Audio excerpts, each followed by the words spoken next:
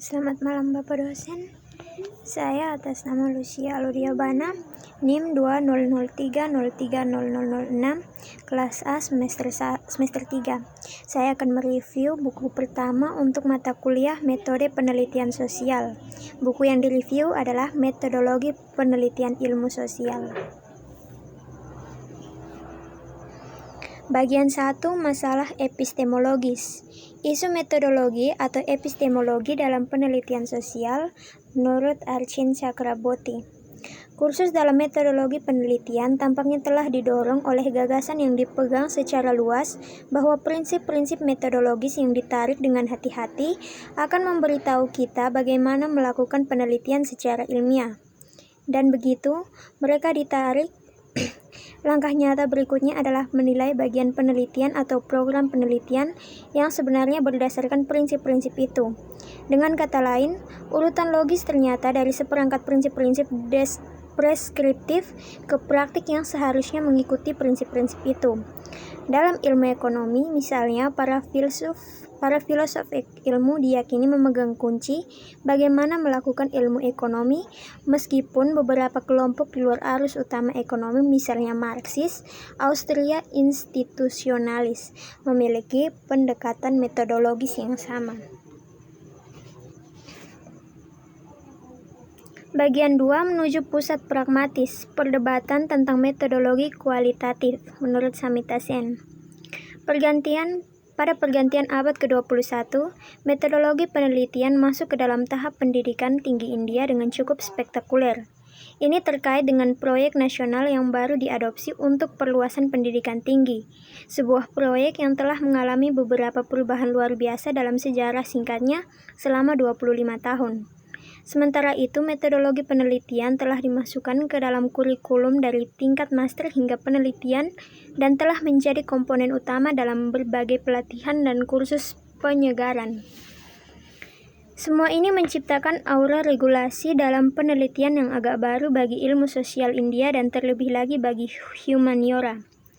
Pedagogi metodologi cenderung terlalu preskriptif, berfokus pada berbagai tindakan, bagaimana praktis dan menghindari beberapa perdebatan mendasar yang telah menghadiri pertanyaan di seluruh dunia selama beberapa dekade sekarang. Ada banyak tingkatan dalam perdebatan metodologi kualitatif dalam beberapa tahun terakhir. Ada pertanyaan mendasar tentang apakah kebutuhan dan peran metodologi dalam penelitian ilmu sosial. Ada apa yang diberi label peran paradigma, dan kemudian ada perdebatan yang lebih membosankan antara metodologi kualitatif dan kuantitatif. Kerja lapangan etnografi, Amitesh Mukhopadhyay. Etnografi adalah cara khusus untuk melakukan kerja lapangan yang secara karakteristik diasosiasikan dengan disiplin antropologi.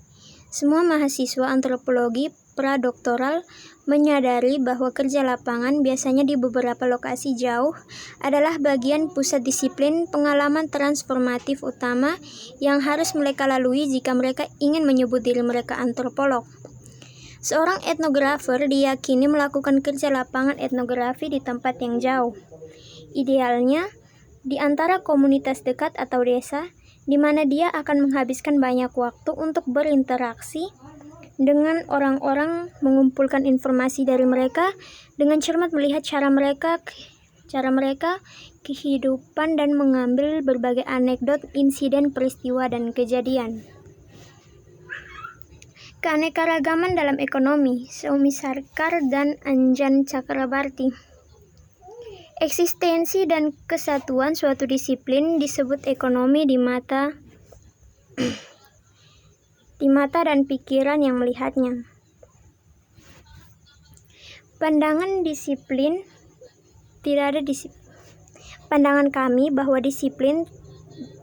kami adalah bahwa tidak ada disiplin ilmu ekonomi, atau lebih tepatnya tidak ada disiplin terpadu.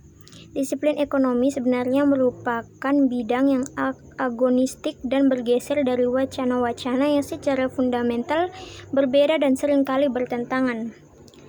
Menurut Resnick dan Wolf pada tahun 2012. Singkatnya, inilah intervensi kami, mengambil tubuh jasa ekonomi yang akan dibentuk oleh produksi, distribusi, dan konsumsi barang dan jasa.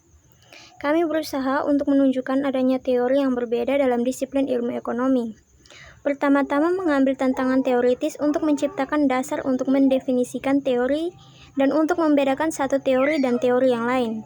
Untuk tujuan ini, memperluas kriteria epistemologi dan titik-titik yang dipelopori oleh Resnick dan Wolff dari tahun 1987, 2006, dan 2012, dan Madra pada tahun 2016.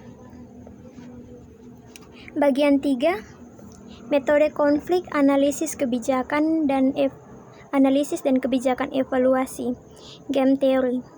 Perkembangan skenario konflik regional berikut, India dan Pakistan. Kedua negara tahu bahwa keduanya akan melakukan lebih baik dengan pengeluaran lebih sedikit untuk pertahanan dan pengeluaran yang lebih banyak untuk pembangunan ekonomi. Tetapi keduanya tahu jika yang satu tidak membelanjakan senjata, yang lain mungkin bisa dihancurkan jika konflik muncul. Apa yang harus mereka lakukan? Menghabiskan lebih banyak untuk pengembangan keseluruhan atau menghabiskan lebih banyak untuk mengamankan dirinya sendiri?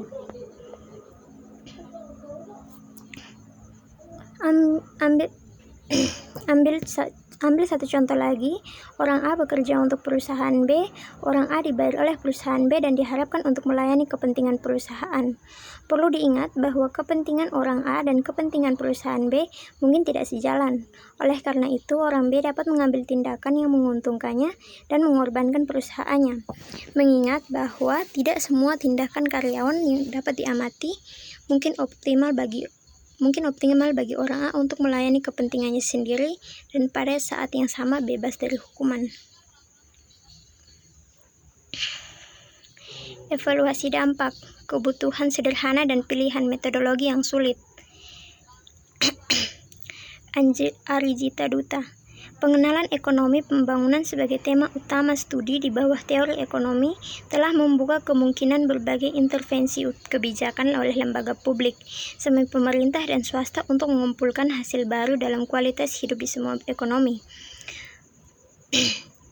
Banyak program dan kebijakan pembangunan biasanya dirancang untuk mengubah hasil seperti meningkatkan pendapatan, meningkatkan pembelajaran, atau mengurangi penyakit.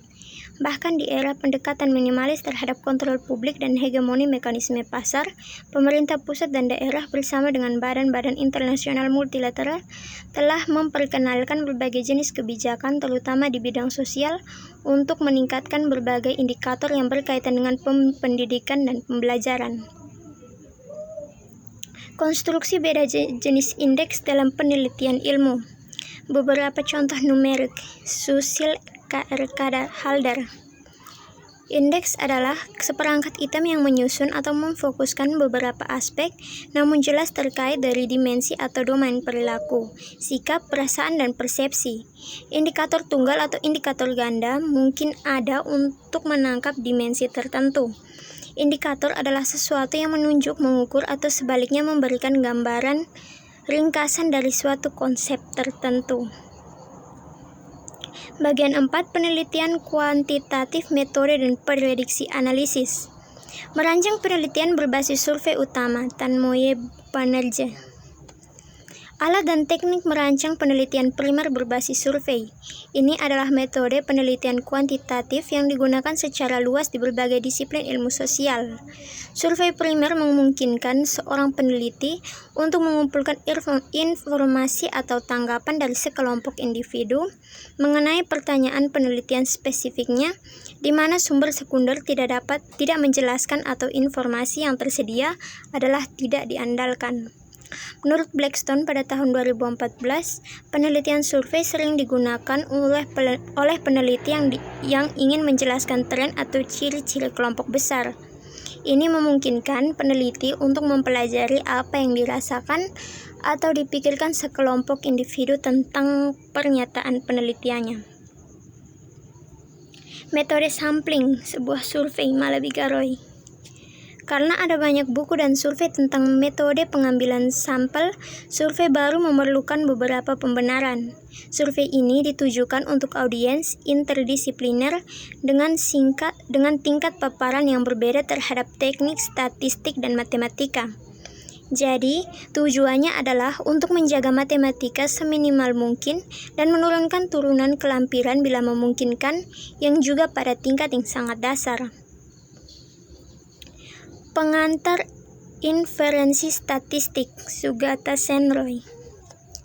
Setiap percobaan dalam ilmu alam, biologi, atau sosial dipusatkan pada sekelompok unit atau individu yang ciri atau karakteristiknya menjadi fokus penelitian.